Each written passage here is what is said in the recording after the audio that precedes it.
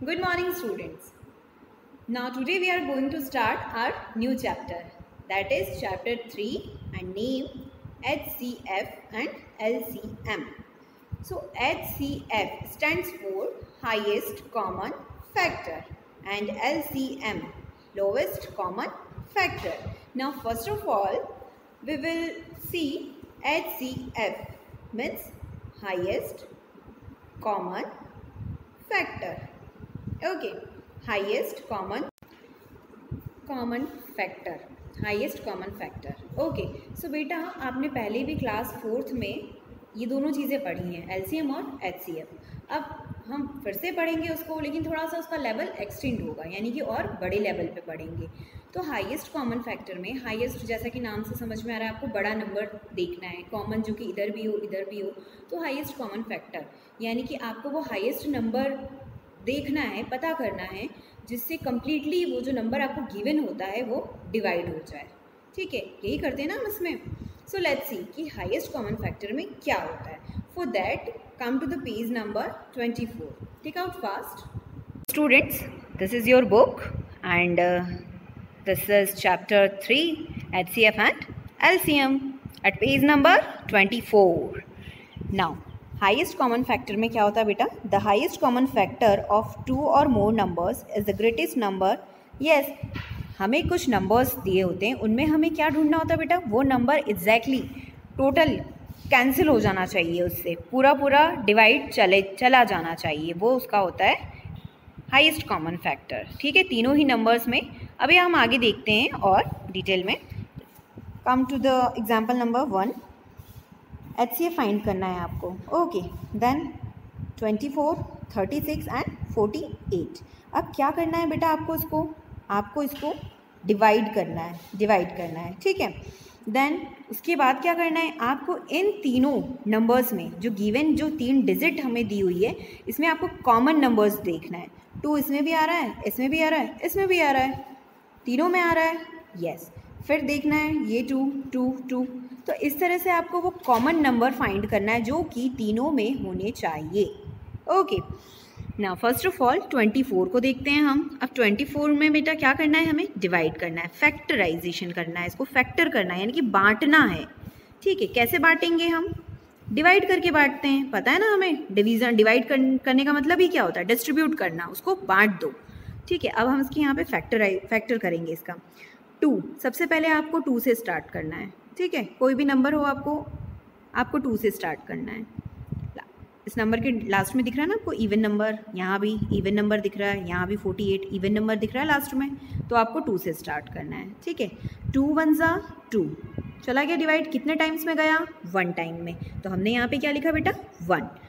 2 1 ज़ा 2. ठीक है, अब 2 के टेबल में 4 कितने टाइम्स में आता है बेटा? 2 2 ज़ा 4. तो यहाँ लिखा हमने. क्वेश्चन कहाँ लिख रहे हैं हम? यहाँ लिख रहे हैं. ठीक है, नाउ अगेन फिर से 2 से जाएगा. 2 की टेबल में आता है क्या? 12 आता है. यस, 2 6 ज़ा 12. अब 2 की टेबल में 6 आता है क्या? आता है. कितनी बार में आएगा बेटा? 2 3 ज़ा 6. Got it? इस तरह से आपको डिवाइड करना है. 36 का भी देख लेते हैं हम. 2 की टेबल में 3 आता है क्या? नहीं, लेकिन 3 से कुछ कम 1 आता है. 1 टाइम्स में जाएगा. ठीक है, 2 1 ज़ा 2. कितना बचा बेटा? 2 1 ज़ा 2. 3 में से 2 गए तो कितना बचा? 1 बचा. तो यहाँ क्या हो गया? 16 हो गया. अब क्या करेंगे हम? 2 की टेबल में 16 आता है क्या? यस, 2 8 ज़ा 16. इस तरह से आपको क्या करना है? इस नंबर को डिवाइड करना है और क्वोशिएंट कहाँ लिखना है? यहाँ लिखना है. फिर 2 9 ज़ा 18. फिर 3 की टेबल में 9 आता है? यस, आता है. 3 3 ज़ा 9. नाउ 48 को भी ऐसे ही किया. 2 की टेबल में 4 आता है. 2 2 ज़ा 4, 2 4 ज़ा 8. फिर 2 1 ज़ा 2, 2 2 ज़ा 4, 2 6 ज़ा 12, 2 3 ज़ा 6. ओके, डिवाइड ये हमने फैक्टर कर लिए. देन डिवाइड, आपकी लैंग्वेज में कहें तो डिवाइड कर लिया हमने, लेकिन अब हमें क्या बोलना है? ये हमने इसका फैक्टराइजेशन कर लिया. ठीक है, फैक्टर किया है हमने. देन अब क्या करेंगे बेटा? जो आपके नंबर्स आए हैं ये क्या हुए? ये फैक्टर्स हुए. क्या हुए? ये फैक्टर्स हुए. देन इन फैक्टर्स को हमने लिख लिया। 24 के फैक्टर्स क्या हैं बेटा? 2 इंटू 2 इंटू 2, ठीक है। 36 के क्या हैं? 24 के बेटा 3 भी है, ओके 3। देन 36 के क्या हैं? 2 इंटू 2 इंटू 3 इंटू 3। ये फैक्टर्स हो गए, ठीक है, जिनको हमने लिख लिया। अब बेटा हमको देखना ये है कि 24 में भी 2 आ रहा है, 36 में भी 2 आ रहा है और 48 में भी 2 आ रहा है, तो इनकी बन गई पेयरिंग। आपको कॉमन नंबर सर्च करना है, कॉमन नंबर, इसलिए तो है इसका नाम। क्या का नाम है बेटा? Highest common factor. तो हमें क्या ढूंढना है? कॉमन सर्च कर लिया हमने, देन पेयरिंग कर ली इनकी, ठीक है। फिर नेक्स्ट ये इसमें भी 2 2 2 2 आ रहा है, देन ये भी कॉमन टर्म हो गई। देन इसमें 3 आ रहा है, फिर 36 में भी 3 आ रहा है, 48 में भी 3 आ रहा है, तो ये एक हो गया कॉमन, ठीक है।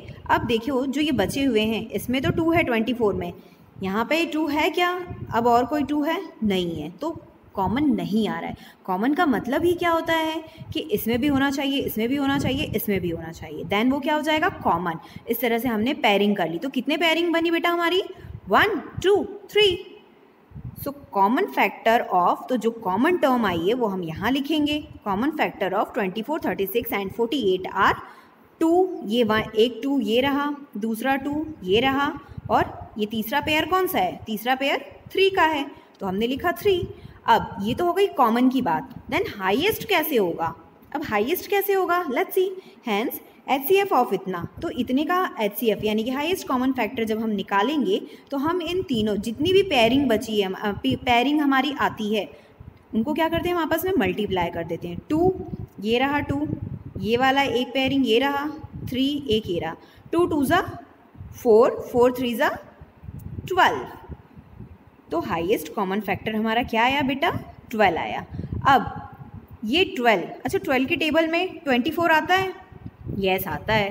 12 की टेबल में 36? यस। 12 की टेबल में 48? तीनों ही नंबर्स 12 की टेबल में आते हैं। तो अगर आप 12 से इसको डिवाइड करते हो तो कंप्लीट डिवाइड चला जाएगा। कुछ बचेगा क्या रिमेनिंग? नहीं। रिमाइंडर में कुछ बचेगा? अच्छा 12 1 ज़ा 12, 12 2 ज़ा 24, तो ये तो पूरा चला गया, ये भी पूरा चला जाएगा, ये भी चला जाएगा, रिमाइंडर में कुछ भी नहीं बचेगा। तो ये हुआ हाईएस्ट कॉमन फैक्टर। मतलब ये जो नंबर आया है 12, इसमें इन तीनों ही नंबर्स का डिवाइड कंप्लीट चला जाएगा, ठीक है। तो इस तरह से हमने सीखा highest common. One more question, okay, एक और क्वेश्चन हम सॉल्व करते हैं। अब बेटा यहाँ पे आपको क्या दिया हुआ है? 30, 60 और 75। तो सबसे पहले हम देख लेते हैं कि ये 2 से डिवाइड हो जाएगा क्या? लेट्स सी, चेक कर लेते हैं। 2 1 ज़ा 2, 2 1 ज़ा 2, बचा कितना बचा बेटा? 1 बच रहा है, यहाँ 1, देन ये कितना हो गया? 10, तो 2 5 ज़ा 10, ओके। अब 2 की टेबल में 15 आएगा क्या? नहीं, तो क्या आएगा? 3 आएगा। यस, 3 तो आता है, सो 3। अब 3 की टेबल में 15 कितने टाइम्स में आएगा?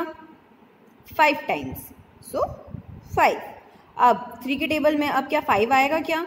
नहीं, तो 5 किस में आएगा? कौन सी टेबल में 5 आएगा? तो 2 हो गया, 3 हो गया, अब 5 देख लेते हैं, देन 5। अब 5 की टेबल में 5 कितनी बार में आएगा? 1 टाइम में, ठीक है। तो 5 1 ज़ा 5, 5 3 ज़ा 15 एंड 15 2 ज़ा 30। ऐसे चेक भी कर लेना है आपको, क्रॉस चेक, ठीक है। कैसे करोगे? 5 1 ज़ा 5, 5 3 ज़ा 15, 15 2 ज़ा 30। तो ये वाला तो हो गया सॉल्व। अब 60 पे आते हैं, देन 0 है तो 2 से तो जाएगा, ठीक है। 1 प्लेस पे 0 है मतलब 2 से तो जाएगा, तो 2 से डिवाइड करो, कितनी बार में जाएगा? 2 3 ज़ा यस 6, और 0 एज इट इज़ आ गया, ठीक है। अब 2 की टेबल में 30, 2 से डिवाइड होगा? हाँ होगा, क्यों? क्योंकि 0 है अभी भी 1 प्लेस पे। देन 2 कितनी बार में जाएगा बेटा?